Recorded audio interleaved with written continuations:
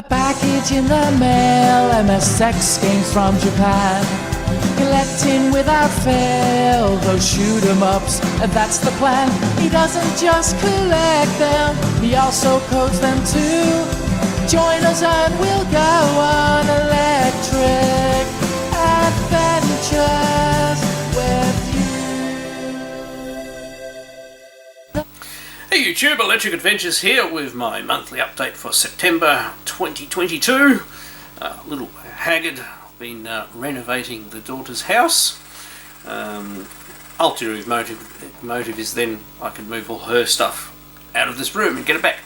But no, just making sure my daughter has a good start in life, and we've been renovating, painting. This weekend ripped out the bathroom. I chipped all the tiles off the walls and stripped it back to its bare bones thing, and actually had the plumber today for first visit, and he's going to put all these new pipes and stuff next weekend, so I'll get a weekend off next weekend. Right, so other than that, obvious pickup, I got this new shirt.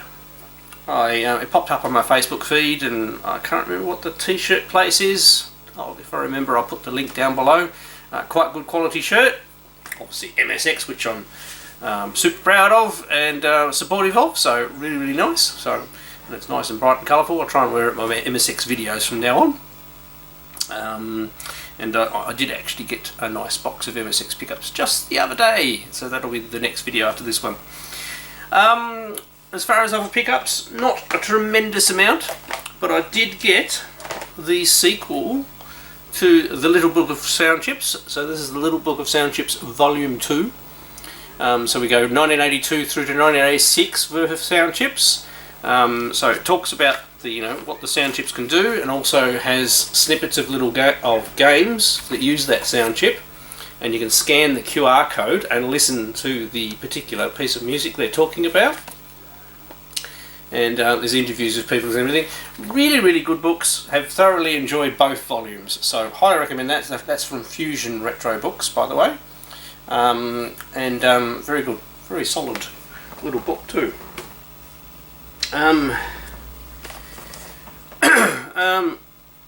My local friend Brendan dropped these around. He visited the it's probably 2 weeks ago now, I think it is, and he found these couple of PSP games and gave them to me. So we have a Go Sudoku, which would actually probably be a really good game to have on the PSP when you're travelling around. So I haven't actually given it a try yet. No chance. I have got my PSP out charged though, ready for it. And it's got the disc and the manual, and the disc is a little tatty, but that could also be the case. I do have replacement cases for PSP discs that's the first thing you try, is you replace the outer case. And also we had a UMD video. I actually have this movie on Laserdisc. I haven't watched it for years. Jerry Maguire. Not particularly collecting the UMD videos, but I do actually have a few of them, because when I bought my first PSP, my personal one, it actually came with a whole lot of UMD videos. I think about 8 of them. So I actually have a few, and I've picked up a few here and there. So nice little addition to that part of the collection, but not actively collecting those. The only trouble, they were great for movies on the go at the time, but to fit them on the disc, they edited the movie, so they're not the full versions of the movies, unfortunately. So it depends on the length of the movie how much they chopped out. But another cool thing to have. Now also, this is related, I did show these cards last month, but as individual cards, but I got some more pocket pages. Actually, since the weather's getting nicer at my new work, it's nice and flat, so I've been trying to go for an occasional walk, and I remembered that there was a comic book store, and I went in there and had a bit of a browse, and they had boxes of pocket pages, and they were decent price. So the Coleco cards, I've put them in the pocket pages, and they really look good. Just give you a bit of a snippet there. The artworks are good, and on the back you've got the related information. So I just need to find a folder and put those in there. that'll be great because there's more of these cards coming later in the series. So it'll be nice when, pardon me, I've been working in dusty environment at the daughter, so with the dust cough. Alright, so next, finally, after all of this time on, and it's only been through my, just haven't had the time to do it, I have set up a proper shop on my Electric Adventures website. Now, you can go and have a look. There's not really much there. I have had a few things for sale on my Facebook page, but that's not very user-friendly, and that's why I haven't expanded the items. So I've only got those original items that I had on my Facebook page as products up there now. But I've got this ready because I do have a number of titles that I'll be selling direct. So my titles for the MSX and Spectravideo, I'll be selling them myself from the shop on my website. So I'll have more information about those as they're released. I mean, things like I've got Cavern Fighter running on Spectravideo now, and Lunar Rescue and Depth Charge. Still haven't quite finished off Stunt Racer on that one.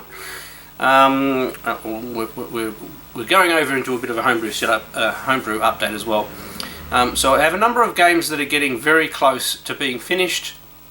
I just need to do a bit more work on the sound of them on the MSX and Spectravideo platforms, because obviously different sound chips, so you've got to do them again.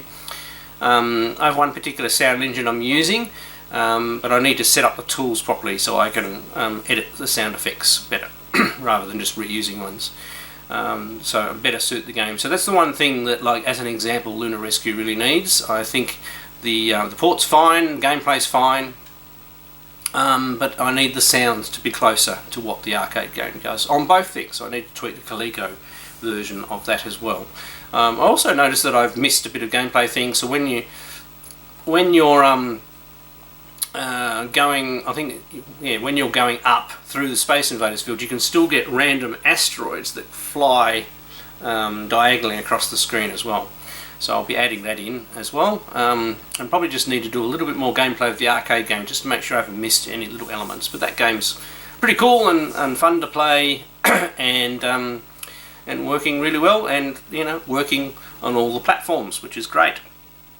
Now also, occasionally I get a little distracted and just play with some graphics.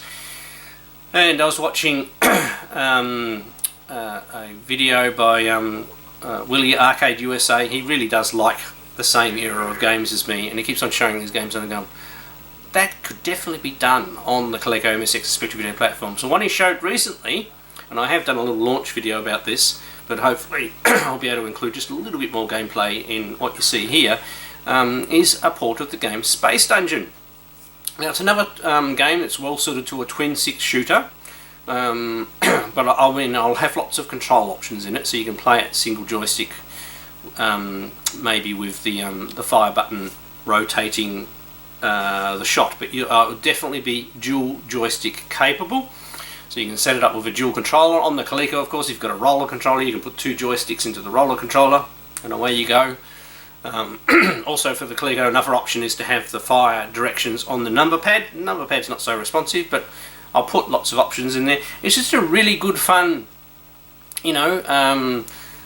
shooter game and twin stick shooter that's very frantic and fun for a quick blast, and they're the sort of games I like. And seeing a game like that, and it gets me thinking about how I could do it on the system. So I've got a pretty good sprite deflicker thing. Not everything will be a sprite though. I'll use characters for things that don't need sprites, and try and make it as colourful but also as fast as possible. Now, notwithstanding, Space Dungeon will definitely be released after the other game I'm working on, which is Kangaroo, so I haven't forgotten about that one. But I pardon me, I haven't done any work on that for a little bit, so I probably I need to swing back on that one. And finally, another bit of the homebrew update is Sydney Hunter. I've received some testing feedback, which is brilliant. Couple of little bugs to fix, so I'll fix those and send it off, and then they'll do another round of testing, and that should be very close to being released. It'd be nice to get that one out the door, because I actually have some other of my titles I'd like to convert across to the NES, but I wasn't going to start any other NES titles until I've got that one out of the way. You know, that's a great game for the NES, and it's perfectly suited to the platform. And you know, it's looking and playing really well. And the play testing only found some minor little issues, of which, you know, I've already fixed one, and I'm just working on another one. So it won't be very long at all before that's released. All right, so fairly quick update this month, getting lighter here. So we've changed over to our daylight savings. So that means we get up 1 hour early in the morning because the days are starting getting a lot longer. So I'll get more light when I get home from work, which makes me want to come out in the game room a bit more. So other than working on my daughter's house and getting that out of the way, I'll then be able to start spending some more time in the game room, report some more gameplays.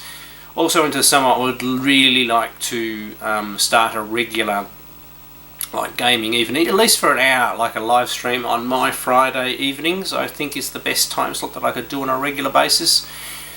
I'm going to try it and see how we go. I've done some other live streams before, and people have liked those. It's just finding a regular time slot that I can commit to. So, trouble with having 4 daughters. Alright, I hope everyone out there is enjoying their retro and modern games. I'm Electric Adventures. Thanks to all my subscribers. Thanks for watching, and I'll catch you next time.